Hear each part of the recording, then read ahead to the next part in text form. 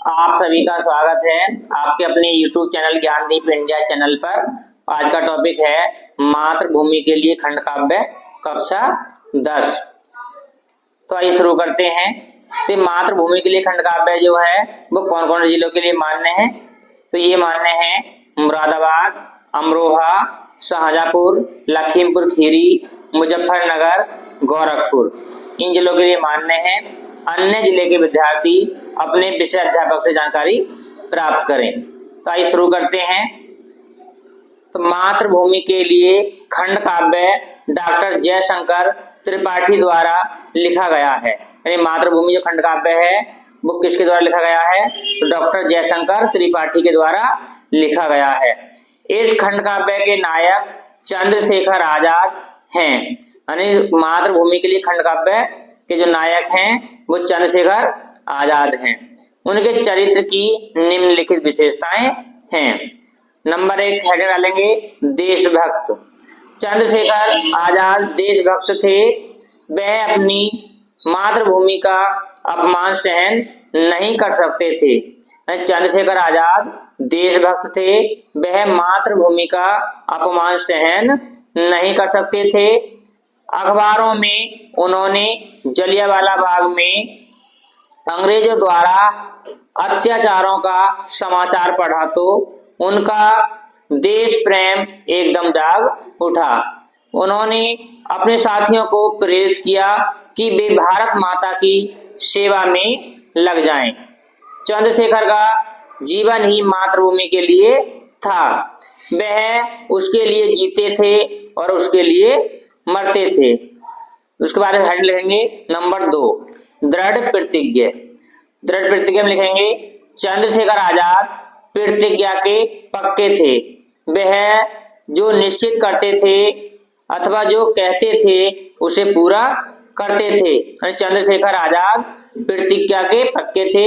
वह जो भी निश्चित करते थे या जो कहते थे उसे पूरा ही करते थे। उसके बाद लिखेंगे नंबर 3 निर्भीक। तीसरे डालेंगे हम निर्भीक। निर्भीक में लिखेंगे चंद्रशेखर आजाद ने 15 वर्ष की आयु में 16 बैंतों की मार खाते हुए प्रत्येक प्रहार के साथ भारत माता की जय बोलकर अपनी अपूर्व देशभक्ति, साहस और निर्भीकता का परिचय दिया था।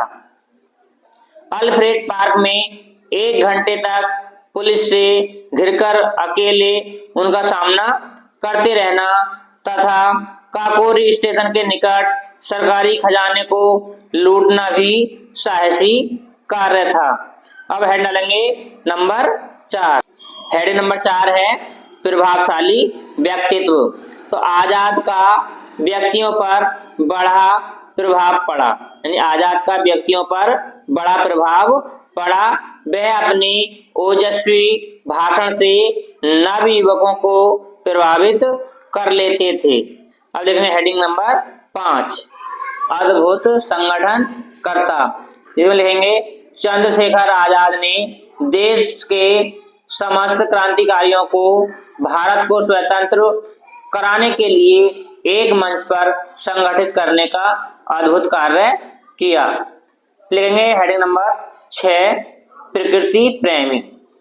फिर इसके बाद लिखेंगे प्रकृति प्रेमी हेड डाल करके चंद्रशेखर आजाद प्रकृति प्रेमी थे।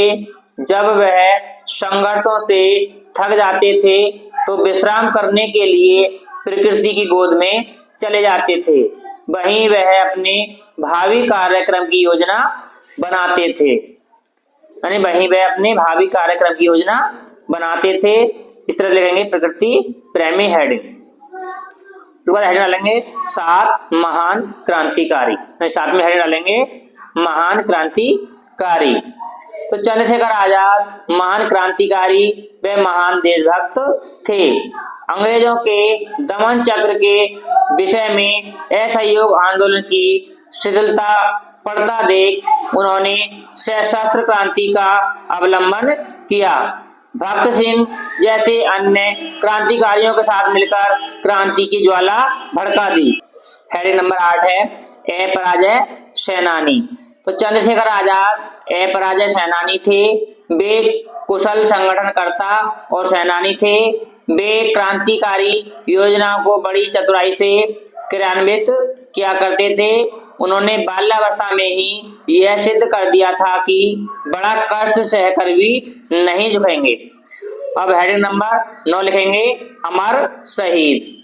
तो बचपन से ही स्वतंत्रता की आग को हृदय में बसाए हुए थे चंद्रशेखर आजाद ने अंग्रेज सरकार को भयभीत कर दिया था। 27 फरवरी सन 1931 ईस्वी को प्रयाग के अल्फ्रेड पार्क में उन्होंने अकेले ही अंग्रेज पुलिस से मुकाबला किया। यानी कब किया था इन्होंने? 27 फरवरी सन 1931 ईस्वी को प्रयाग के अल्फ्रेड पार्क में इन्होंने अकेले ही अंग्रेज पुलिस से मुकाबला किया और एक सिपाही का जबड़ा तथा अंग्रेज एसपी नॉट बाबर की कलाई को गोली से उड़ा दिया। इस प्रकार चंद्रशेखर आजाद देशभक्त, दृढ़ प्रतिज्ञ, निर्भीक, प्रभावशाली व्यक्तित्व, अद्भुत संगठनकर्ता, प्रकृति प्रेमी, महान क्रांतिकारी, अपराजय सेनानी, अमर शहीद थे। तो इनके अंदर सच्ची देशभक्ति थी। तो इस प्रकार से लिखेंगे, मातृभूमि के लिए खंड काव्य, चंद्रशेखर आजाद का चरित्र चित्रण, यह उनकी विशेषताएं। तो आपने अगर इस तरह से सही लिखा है तो आपको बोर्ड एग्जाम में 5 नंबर बिल्कुल पक्के मिलेंगे। तो आपको ये वीडियो कैसा लगा हमें कमेंट करके जरूर बताएं। अगर वीडियो अच्छा लगा हो तो वीडियो को लाइक करें और अपने दोस्तों के साथ शेयर करें, और जो भी हमारे चैनल पर नए आए हैं वो चैनल को सब्सक्राइब करें और साथ ही साथ बेल आइकन ऑन करें ताकि आने वाले वीडियो का नोटिफिकेशन सबसे पहले पहुंच सके।